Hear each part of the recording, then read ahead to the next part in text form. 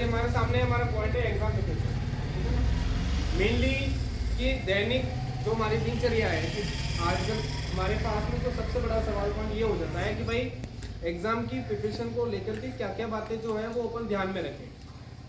पढ़ सब रहे, हर कोई बच्चा अपने अपने लेवल पर क्या कर रहा है, प्रिपरेशन कर रहा है, ठीक है ना। कोई 1 घंटा पढ़ रहा है, कोई 4 घंटे की मेहनत कर रहा है, कोई 6 घंटा भी पढ़ के आ रहा है, ठीक है, और उसी के अनुसार फिर वो अपना परफॉर्मेंस भी देते हैं। लेकिन ऐसी कौन सी बातें हैं जिनको सभी बच्चे अगर हम ध्यान में रखें अपने एग्जाम प्रिपरेशन से पहले की बात है ना, कि भाई ऐसी कौन कौन सी चीजें हैं जिनको अगर मैं ध्यान में रखूं तो मेरा टाइम भी बचेगा, मेरा टाइम भी अच्छे से मैनेज हो पाएगा और मैं कंसंट्रेट भी कर पाऊंगा। अपन कहते हैं सबसे बड़ा आजकल का आप लोगों का सवाल सबसे ज्यादा क्या आ रहा है कि सर मैं याद कर रहा हूँ लेकिन याद नहीं हो रहा है, याद कर रहा हूँ लेकिन याद नहीं हो रहा है। ये सबसे बड़ा ये क्वेश्चन मार्क हो गया। तो ऐसा क्या करें कि भाई हम याद भी करें और अच्छे से भी हो जाए। आज सबको क्या चाहिए कि भाई मैं कम टाइम में कि जैसे पढ़ता जाऊं वैसे मुझे याद होता जाए। सबकी इच्छा होती है ना कि एक बार पढ़ने में कि ऐसा कुछ हो कि एक बार पढ़ूं और याद हो जाए। सबके मन की इच्छा है। एकदम जो नीचे वाला बच्चा है उसकी भी यही इच्छा होगी कि यार एक बार पढ़ लूं और वो मेरा याद हो जाए। ऐसा क्या करना चाहिए? तो पर कुछ नहीं है, मात्र कुछ छोटी छोटी बातें हैं जिनको अपन को दिमाग में ध्यान रखना है। कल मैंने इस बारे में सोचा, विचार किया, मेरी कुछ ना कुछ करते हैं, ठीक है। इस टाइम का पहला सेशन लगाते हैं इस प्रकार से कि आप कुछ ध्यान दे पाओ। अब जो बातें मैं बता रहा हूँ उसको थोड़ा ध्यान से ले लेना। अगर उसको ले पाते हो एग्जाम आपके अपने प्रिपरेशन में तो आपका एग्जाम और भी अच्छे से हो जाएगा, और अदरवाइज जो सब चल रहा है उसके जिम्मेदार फिर अपन स्वयं ही हो जाएंगे, हमारा जो भी रिजल्ट बनेगा, ठीक है ना। तो सबसे पहली बात क्या हो सकती है कि प्रिपरेशन के लिए हम सिटिंग लगाएंगे, ठीक है, बैठेंगे घर पे, जैसे तैयारी कर रहे हैं घर पे बैठे, किताब निकाली, हम पढ़ना स्टार्ट करें। मैक्सिमम स्टूडेंट्स जो वास्तव में कि भाई पढ़ रहे हैं, लगातार कंटिन्यू पढ़ रहे हैं कि 1 घंटा, स्कूल वाले बच्चों की बात करें तो वो 1 घंटा उनका एक सिटिंग मान के चले कि वो 1 घंटा लगातार बैठ भी गया, अच्छी बात। लेकिन ज़्यादातर बच्चे आप में से ऐसे हैं, जैसा कि मेरे को जानता भी हूँ आप लोगों को, कि मैक्सिमम स्टूडेंट ऐसा है कि जो 10 मिनट बैठेगा और उस 10 मिनट के दौरान वो खड़ा भी हो जाएगा। कारण क्या क्या हो सकते हैं? पहला कारण कि आपको उस दौरान बीच में से कभी ये किताब उठानी थी, नहीं यार, अरे अन्य वाह कॉपी थी, इसकी मेरे को दूसरी कॉपी चाहिए, वो उठा के लाओ, बैग में से निकाल के लाओ, आप बैठ गए लेकिन दूसरी जगह से उठा के लाओ। कभी पानी पीने जाना है, पानी पीने जाना है, कभी कुछ आवाज़ लगाती है अंदर से, वो आ गया। ये छोटा छोटा जो डिस्टर्बेंस होता है इसे कौन क्रिएट कर रहा है? कोई बाहर का नहीं, हम खुद क्रिएट कर रहे हैं। तो सबसे पहला होता है कि हमारी जो सिटिंग एरिया है उसे आप व्यवस्थित रखो। ऐसा नहीं है कहीं भी मन पड़े और आप पढ़ने बैठ गए। स्वामी विवेकानंद तो है नहीं, सीधी बात है, स्वामी विवेकानंद तो है नहीं अपन लोग कि जो भीड़ में भी बैठ करके बारात निकल रही है लेकिन उनको ध्यान नहीं है कि पास से कौन जा रहा है। तो वो व्यक्तित्व तो अभी हमारा विकसित हुआ नहीं है, अपन ठहरे चुलबुले बच्चे, ठीक है ना। तो अपन क्या करें?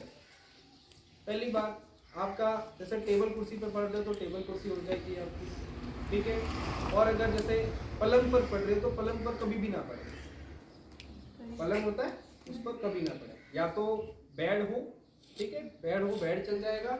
इवन अगर बेड नहीं है, टेबल चेयर भी नहीं है तो सीधी बात है दरी बिछाओ, नीचे बैठो, सबसे बढ़िया। कमर हमेशा सीधी रखो। लेट कर पढ़ना, ऐसे पढ़ना, आड़े टेढ़े होकर पढ़ना, वो हमारे ध्यान को भटकाता है। तो पहली बात क्या हो जाएगी कि हमारा जो सिटिंग एरिया है, कौन सा सिटिंग,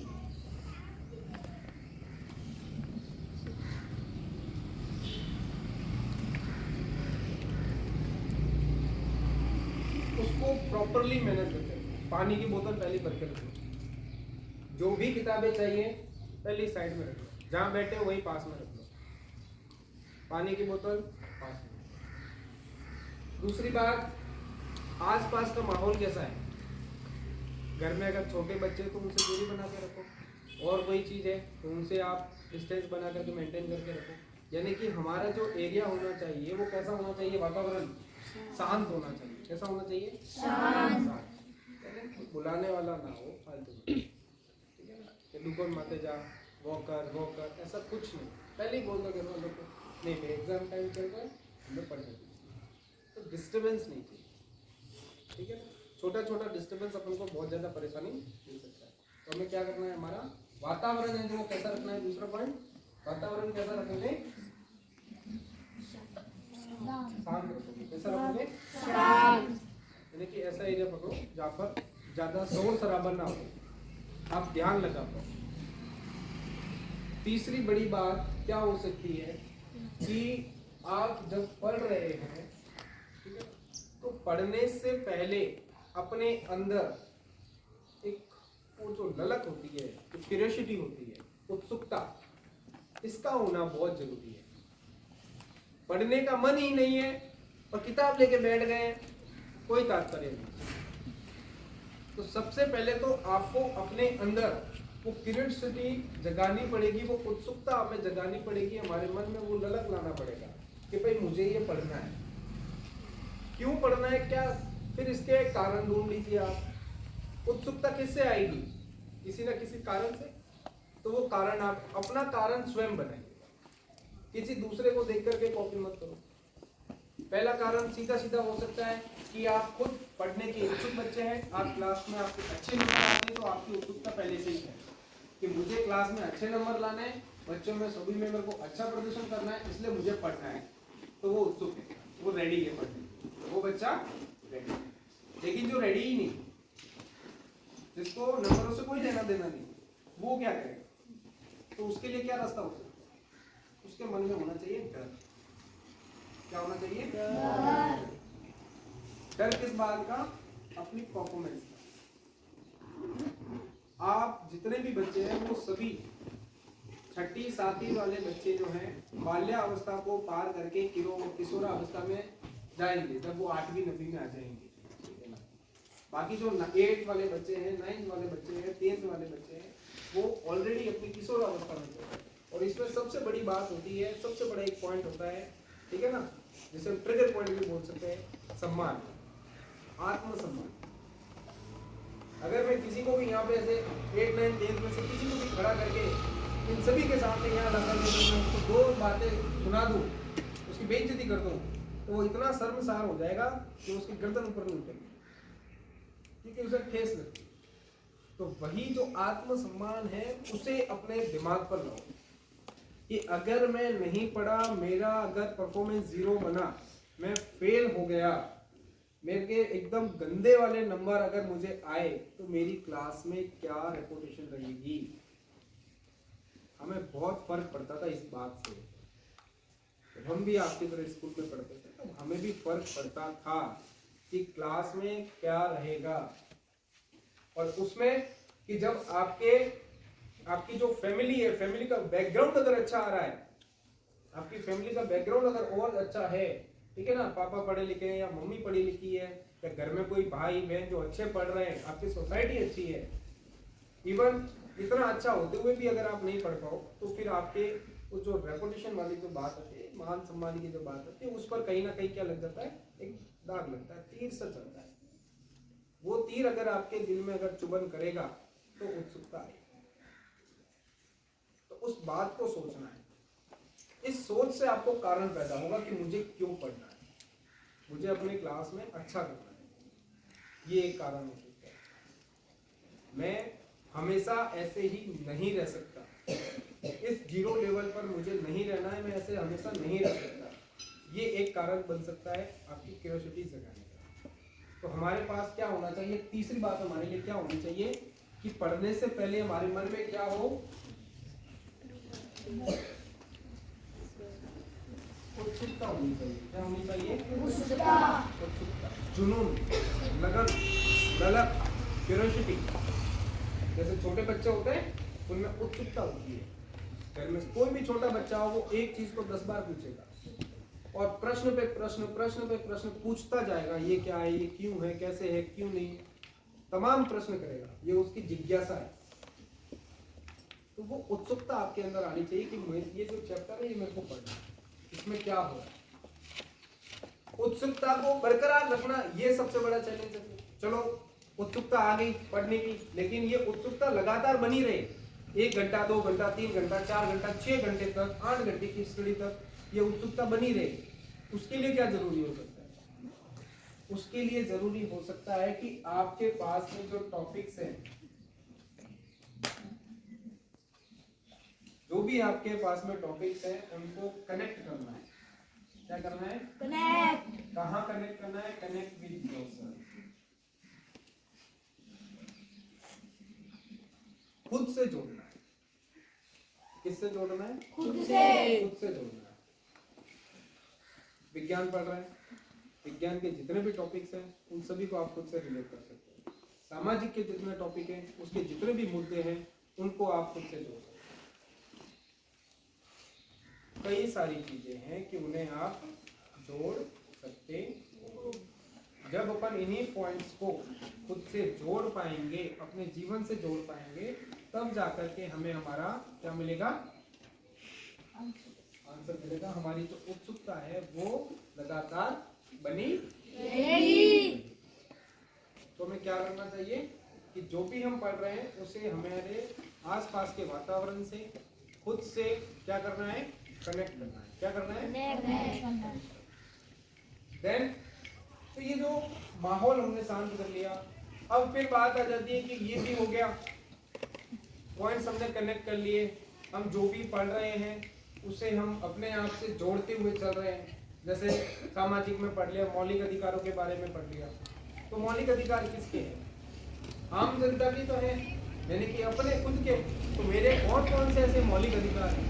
मुझे अधिकार है, स्वतंत्रता का अधिकार है, मुझे समानता का अधिकार है, मुझे शोषण के विरुद्ध कार्रवाई करने का मुझे अधिकार है, ठीक है ना, भेदभाव ना हो इस बात का मुझे अधिकार है, शिक्षा का मुझे अधिकार है।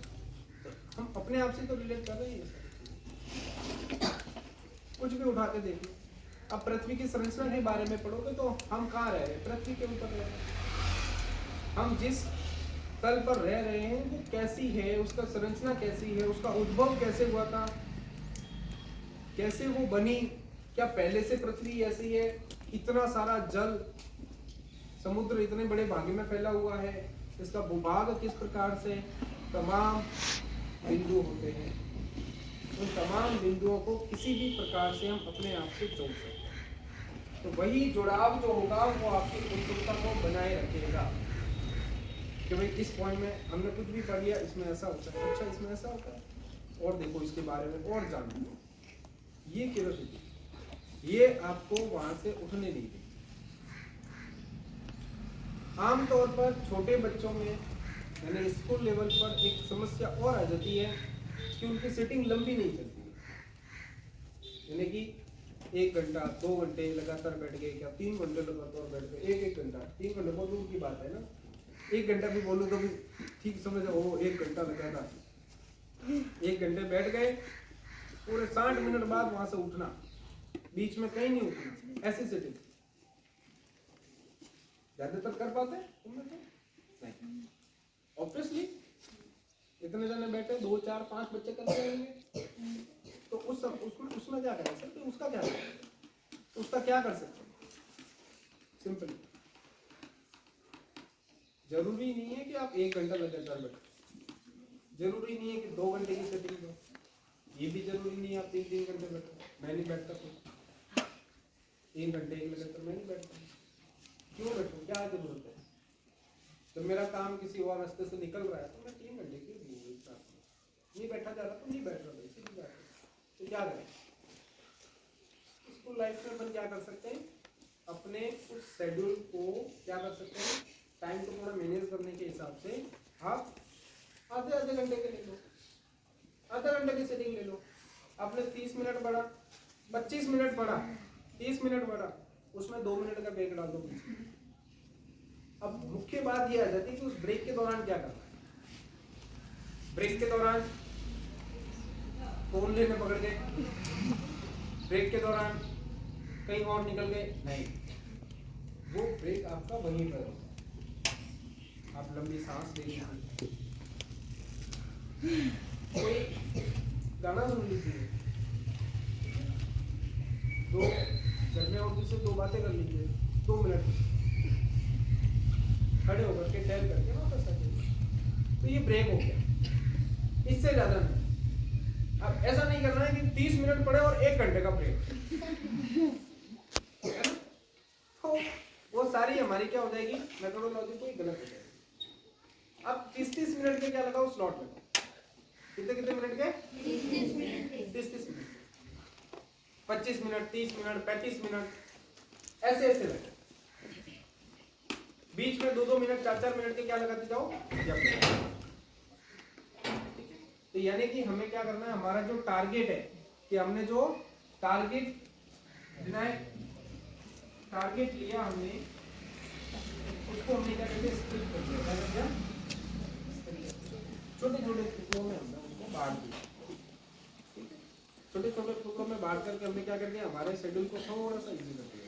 अब दिमाग पे वजन नहीं आ रहा है, ओ 1 घंटा हाथों को पकड़ो, तो दिमाग पे वजन नहीं आ रहा है कि 1 घंटा, 25-30 मिनट, 25-30 मिनट पढ़ सकते। 5वीं का बच्चा भी 25-30 मिनट एक जगह बैठ करके पढ़ सकते। और आपके तो कालांशों का समय भी कितना होता है, 35 से 40 मिनट का होता है। तो वो भी तो एक क्लास लगती है ना हमारी, 35 मिनट की एक तक अपन को बैठ कर सामने वाले को देखना और उसको पढ़ना। तो हम यहाँ पर मात्र 25। तीसरी चीज, इसके बाद कि शांत एरिया के साथ साथ में हमारे जो डिस्ट्रैक्शन वाली जो चीजें होती हैं, जो हमारे गैजेट्स हैं, ठीक है ना, भले आपके किसी के पास हो या ना हो, मोबाइल फोन वगैरह होता है, तो ऐसी चीजें जो बार बार आपको उसकी जरूरत पड़ रही है, उनको वहां से उतार कर साइड में रखो, तो आपकी आंखों के सामने नहीं आए। क्या नहीं आए? आंखों के सामने नहीं आए। तो क्या दिखेगा नहीं, तो हमारा मन होगा नहीं, तो हमारा ध्यान क्या लगा रहेगा, स्टडी पे लगा रहेगा। ठीक है, तो ये कुछ बातें हैं एग्जाम प्रिपरेशन से पहले की, कि हमें ये चीजें ध्यान में रखनी है। और एक अहम बात और जो होती है कि टारगेट को सेट करने के बाद में अपना टाइम का मैनेजमेंट जरूर करें। टाइम को मैनेज करना बहुत जरूरी है। कि लगभग मुझे ये नहीं कह रहा हूँ कि आप वो बनाए, ऐसा टाइम टेबल बनाओ कि 5 बजे उठना, 6 बजे खाना है, 7 बजे वहाँ जाना, 8 बजे फिर उठना, अरे 2 मिनट लेट हो गया, अरे आज तो आधा घंटा ऊपर हो गया, आज छोड़ो। उसमें क्या होता है, टाइम लगा दिया, जैसे अपन बोले 6 बजे सुबह उठना, आज 6:30 बजे, यार आज शुरुआत ही ऐसी हुई है, 6 की जगह 6:30 हो गया मेरा, तो है शेड्यूल कैंसिल, कल से फॉलो करेंगे। हर रोज एक नए कुछ ना कुछ होगा, और वो शेड्यूल रोजाना क्या होता जाएगा, नेक्स्ट टू नेक्स्ट चलता चला जाएगा, और हम कभी भी उसे फॉलो नहीं करेंगे। आज का गोल है, आज का टारगेट, कल क्या होगा नहीं पता, ठीक है ना। भगवान तो है नहीं जो कल के बारे में बता पाए, जो आप इतना लंबा शेड्यूल सेट करो, उससे बढ़िया है आज जैसे रात को किया, सोने से पहले डिसाइड कर लो कल अपन को ये देखिए, सुबह उठे आज मेरे को ये की पॉइंट्स लेने, आज मेरे को ये काम। सबसे बढ़िया मैनेजमेंट ये है कि सुबह उठो और अपने दिमाग में ये घुमा लो एक बार कि आज मेरे को ये 4 काम करने हैं, और रात को सोने से पहले वो 4 काम हो जाने चाहिए। वो 4 काम हो जाए तो मन में संतुष्टि, अन्यथा काम बराबर नहीं होगा, फिर शेड्यूल खराब हो, तो वो मेहनत करनी। तो ये मैं एग्जाम से पहले थोड़ी सी चीज़ें वो ध्यान में रखनी बहुत जरूरी है, जिससे आप अपना फोकस कर सकते हो, अटेंशन के साथ में अपनी एग्जाम की प्रिपरेशन